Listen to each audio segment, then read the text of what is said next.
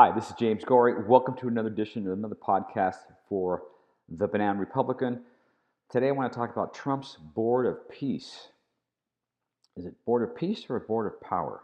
I think it's probably the latter. Now, if you're not familiar with it, the Board of Peace, Trump kind of came up with this idea, I think it was Trump, to fix or repair or restore or bring some kind of effectiveness to multilateral decision making in terms of peace, in terms of supporting peace around the world. So effectively, it's a UN replacement because the UN, as Trump has pointed out, and I think we all know, is very, very dysfunctional, to be kind.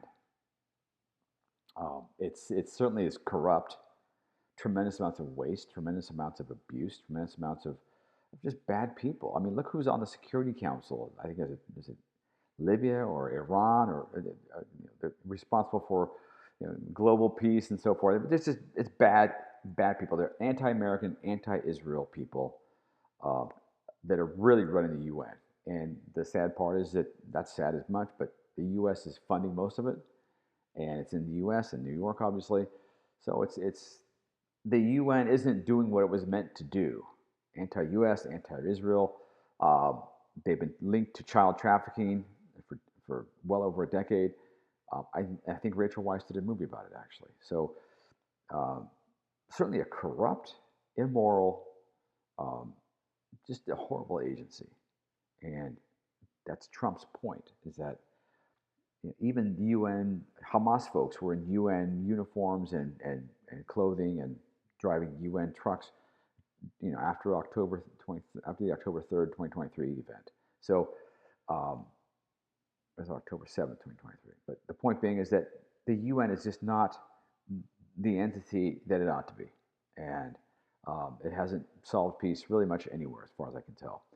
So Trump's idea was, well, let's come up with a board of peace. Let's get some powerful people, um, world leaders, leaders of industry, leaders of diplomacy, and put a board together to create some peace. And so, on the surface of it, it makes a lot of sense, right? You want to have an effective peacekeeping board that can that can fulfill its mandate and stop a lot of these wars. Now, bear in mind, Trump himself has stopped 4, 5, 6, 7, 8 different wars in the past couple of years, or a year and a half he's been in office, and before that. So he stopped a lot of wars. He also was instrumental in the Abraham Accords, which was 4 or 5 different Arab nations signing on with peace, normalizing relations with Israel, and establishing trade and other relations and so forth, other international relations with Israel normalizing. So the Abraham Accords, he stopped stopping wars in Nigeria and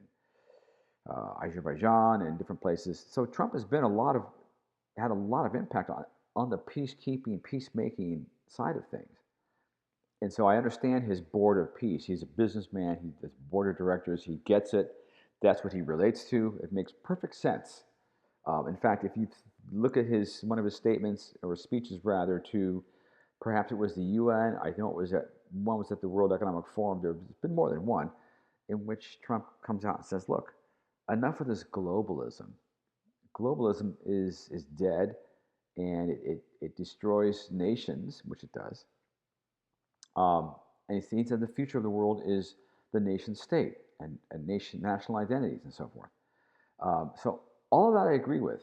I would like to see that happen. I'd like to see that continue to happen. I'd like to see that enforced and strengthened and so forth. Having borders between nations is important. Those types of things. National language, national pride, national identity. So you have a cohesion of people. So on the flip side, what does he come up with? Well, he comes up with a board of peace. And again, it's world leaders, it's diplomatic leaders, business leaders.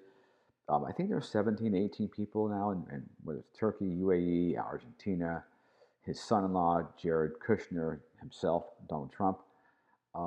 And the idea is to have an effective peacekeeping board to make peace decisions that have teeth. Well, the problem is that, one, they're unelected. Two, they have tremendous amounts of latitude around the world. I mean, so much for borders, right?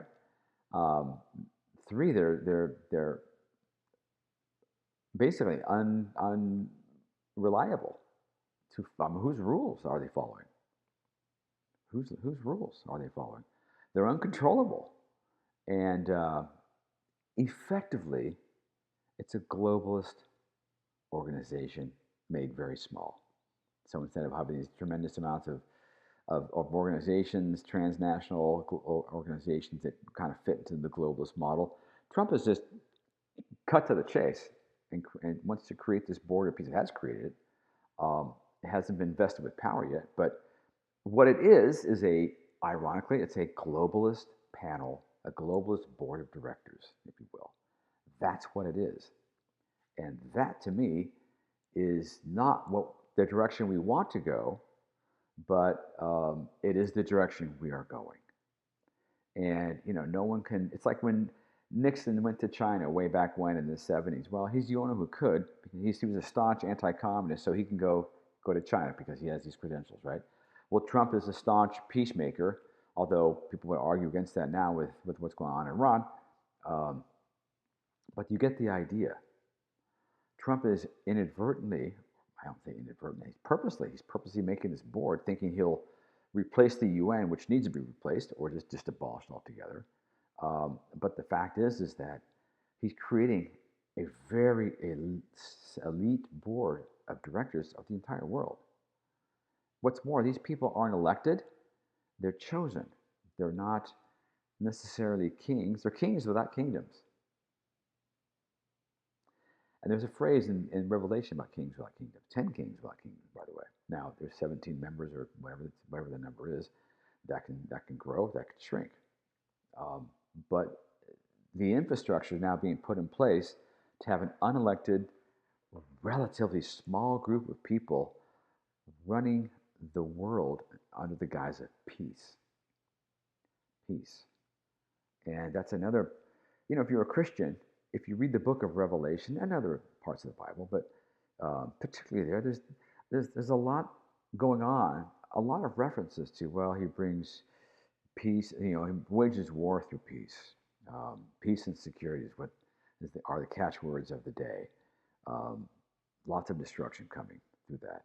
So kings without kingdoms, 10 kings and a loose federation, doesn't use the word federation, but a loose arrangement of leadership. So, you don't have to be a Bible thumper to just look at what the book of Revelation says and go, well, okay, that kind of fits the mold. Kind of fits the mold. I don't care if you're Jewish, Muslim, atheist, Buddhist, whatever. You read the book and you start reading, well, what's going to happen? And what the world is going to look like, how the world is going to develop. This is part of it, and it lays it out there pretty good. So you can always find a reason, good or not so good, to say, well, it's a coincidence, it's too vague, But if you just read what it says, hey, there's going to be a council of 10 people, or 10 kingdoms, or kings without kingdoms. One's going to be stronger than the others and dominate and promise peace, and all the pieces are there. So it's whether you choose to believe it or not believe it. I think it's just very strange, perhaps not so strange. I'd say it's just very fitting. It fits that description pretty well. And I think as time goes by, the irony is that Trump is putting in place exactly what God said would be put in place. You take that as you will. Anyway, if you like this kind of content, and if you want to leave horrible comments or great comments, please do. I read them. And subscribe and share and give me a like. This is James Gorey. I'll see you next time.